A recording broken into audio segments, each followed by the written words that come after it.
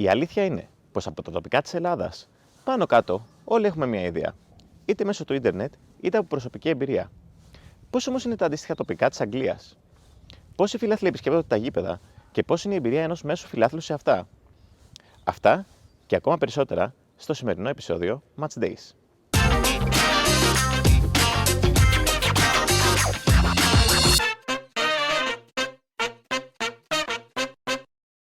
Στο σημερινό επεισόδιο επισκεφτόμαστε την 7η κατηγορία της Αγγλίας, την Isthmian Premier Division, για χάρη της Haringey Borough FC.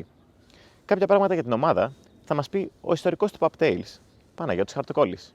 Το όνομα Haringey Borough μπορεί να μην σας λέει κάτι, όμως είναι μία από τις πιο γνωστές non-league ομάδες στο Βόρειο Λονδίνο.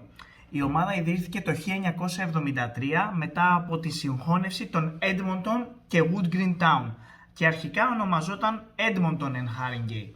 Η πιο μεγάλη επιτυχία της ομάδας συνέβη το 2018 όταν και έφτασε στον πρώτο γύρο του FA Cup, όπου και αποκλείστηκε από τη Λονδρέζικη Wimbledon. Να προσθέσουμε κιόλας ότι η ομάδα έχει έντονο το ελληνοκυπριακό στοιχείο, καθώς ο πρόεδρος, ο προπονητής αλλά και κάποιοι παίχτες έχουν ελληνοκυπριακή καταγωγή. Η μέρα που επιλέξαμε να επισκεφτούμε την ομάδα δεν είναι κάποια τυχαία μέρα, αλλά είναι η πιο ιδιαίτερη μέρα της χρονιάς για τις ομάδες των χαμηλότερων κατηγοριών, η γνωστή και ως Non-League Day. Σας ακούω να ρωτάτε τι είναι Non-League Day και εξηγούμαστε ευθύς αμέσως. Πριν μιλήσουμε για την Non-League Day, πρέπει να ξεκαθαρίσουμε πως οι κατηγορίες στην Αγγλία αποτελούνται πρώτον από την κορυφαία, η οποία είναι η Premier League, μετέπειτα είναι η Championship, η League One και η League Two που αποτελούν την Football League και όλες οι κατηγορίες κάτω από αυτές ορίζονται ως Non-League κατηγορίες. Συνεπώς, όπως καταλαβαίνετε, η Non-League Day είναι η μέρα η οποία είναι αφιερωμένη ακριβώς σε αυτές τις κατηγορίες. Η συγκεκριμένη μέρα ήταν ένα πείραμα που ξεκίνησε από τα social media και συγκεκριμένα τον James Doe το 2010 και από τότε κάθε χρόνο συμπέφτει με το διάλειμμα των εθνικών ομάδων του Μαρτίου. Σε αυτή τη μέρα, η είσοδος σε όλα τα μάτς αυτών των κατηγοριών είναι δωρεάν και στα γήπεδα συγκεντρώνονται χρήματα για φιλανθρωπικούς σκοπούς. Είναι ένα εγχείρημα το οποίο το στηρίζει όλη η ποδοσφαιρική πυραμίδα του νησιού και αυτή τη μέρα μάλιστα πολλές ομάδες έχουν τη μεγαλύτερη προσέλευση της χρονιάς. Με λίγα λόγια, η Non-League Day είναι η μέρα γιορτής του ερασιτεχνικού ποδοσφαίρου της Αγγλίας και των απανταχού ρομαντικών του αθλήματος. Αλλά αυτά από μας. Οπότε τι λέτε, πάμε να ξεκινήσουμε.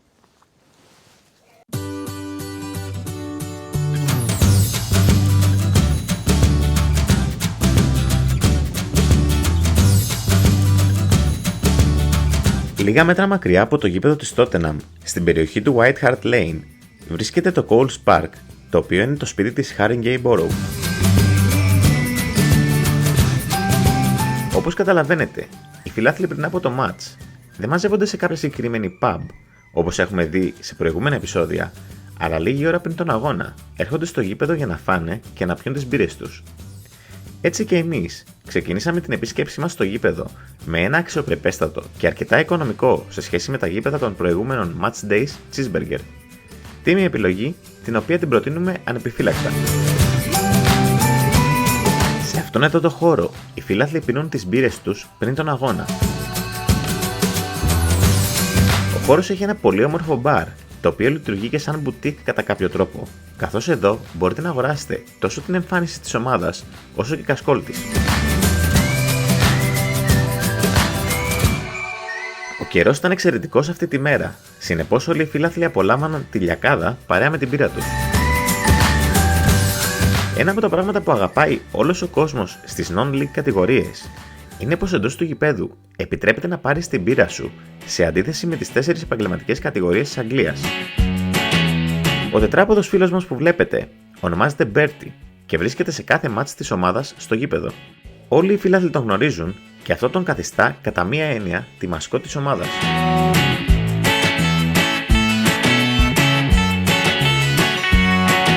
Τις εντεκάδες δεν θα τις μάθετε μέσω ίντερνετ, αλλά αντίθετα με τον παραδοσιακό τρόπο της φωτοτυπίας που μοιράζεται στους φιλάθλους πριν τον αγώνα.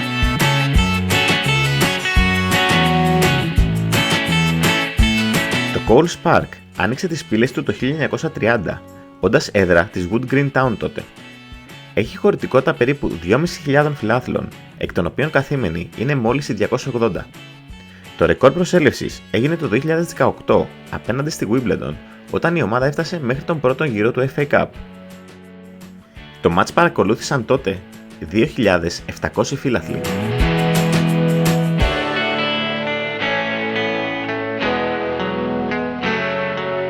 Και με έντονη τη μυρωδιά της Counter Pain, οι παίκτες μέσα από αυτό το κλουβί βγήκαν στον αγωνιστικό χώρο για την έναρξη του μάτς. Από ένα τέτοιο γήπεδο δεν θα μπορούσε να λείπει ένας τυμπανιστής, αλλά ανεξάρτητα από το ρόλο σου στην κερκίδα, η μπύρα είναι πάντα προτεραιότητα στην Αγγλία.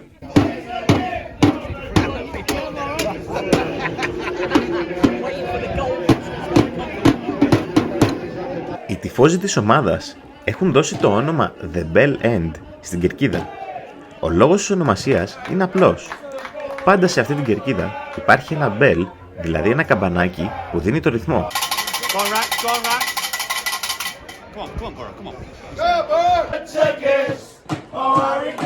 Τα τραγούδια στο Bell End δεν σταματούσαν και η ατμόσφαιρα που δημιουργούσαν οι φύλαθλοι ήταν απλά εξαιρετική.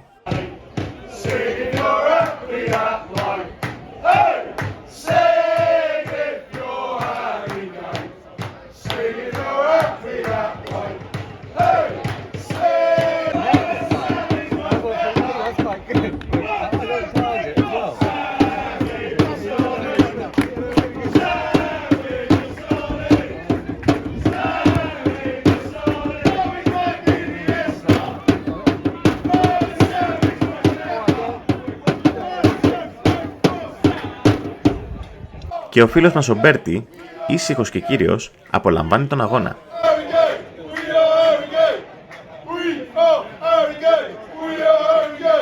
Δυστυχώς το πρώτο ημίχρονο από πλευράς αγώνα δεν είχε ιδιαίτερες συγκινήσεις και οι δύο ομάδες έμειναν στο 0. Και με το σφύριγμα του ημιχρόνου κατευθυνθήκαμε προς το μπαρ για την μπύρα μας. Συμβουλή για να μην την πατήσετε κι εσείς: αν βρεθείτε εδώ, πηγαίνετε στο μπαρ πριν τη λήξη του ημιχρόνου για να γλιτώσετε αυτή τη μεγάλη ουρά.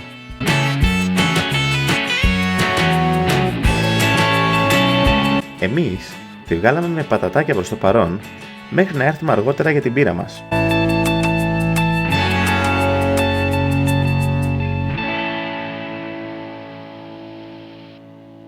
Το καλό με την Non-League είναι ότι μπορείς να περιφέρεσαι στο γήπεδο και να αλλάζεις συνεχώς θέσεις.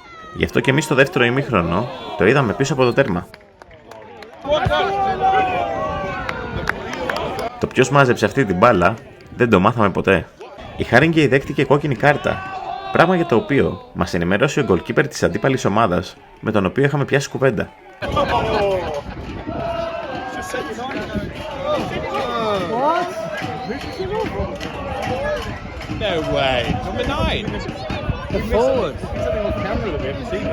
Και παραλίγο να τα ζήσουμε όλα, βλέποντας γκολ από το κέντρο σε non-league κατηγορία.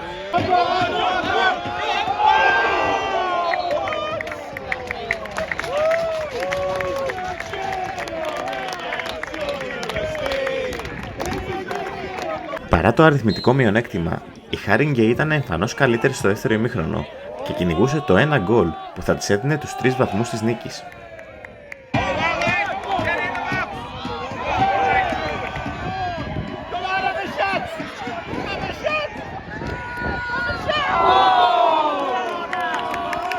Και το Bell End δεν σταματούσε να τραγουδάει.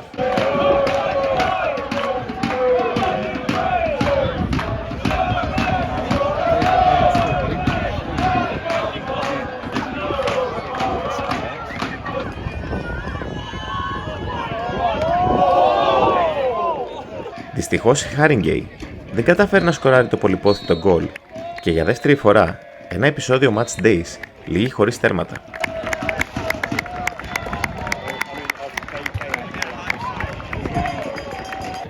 Στο τέλος του αγώνα, οι παίκτες χαιρετούν όλους τους φιλάθλους και τους ευχαριστούν για τη στήριξή τους.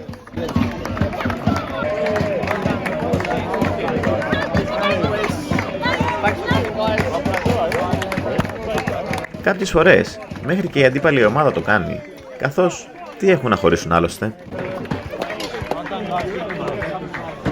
Η πιο ωραία εικόνα πάντως ήταν στο τέλος, όπου όταν αποχωρούν οι παίκτες, η ομάδα επιτρέπει σε όλα τα παιδιά να μπουν και να παίξουν στον αγωνιστικό χώρο.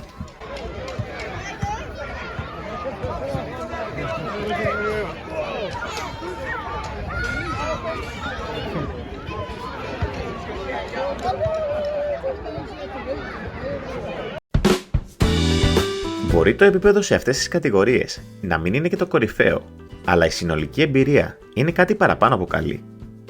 Το οικογενειακό κλίμα που βιώνεις όταν επισκέφτεσαι το γήπεδο είναι κάτι το οποίο μπορείς να το συναντήσεις μόνο στην ομάδα της γειτονιάς σου.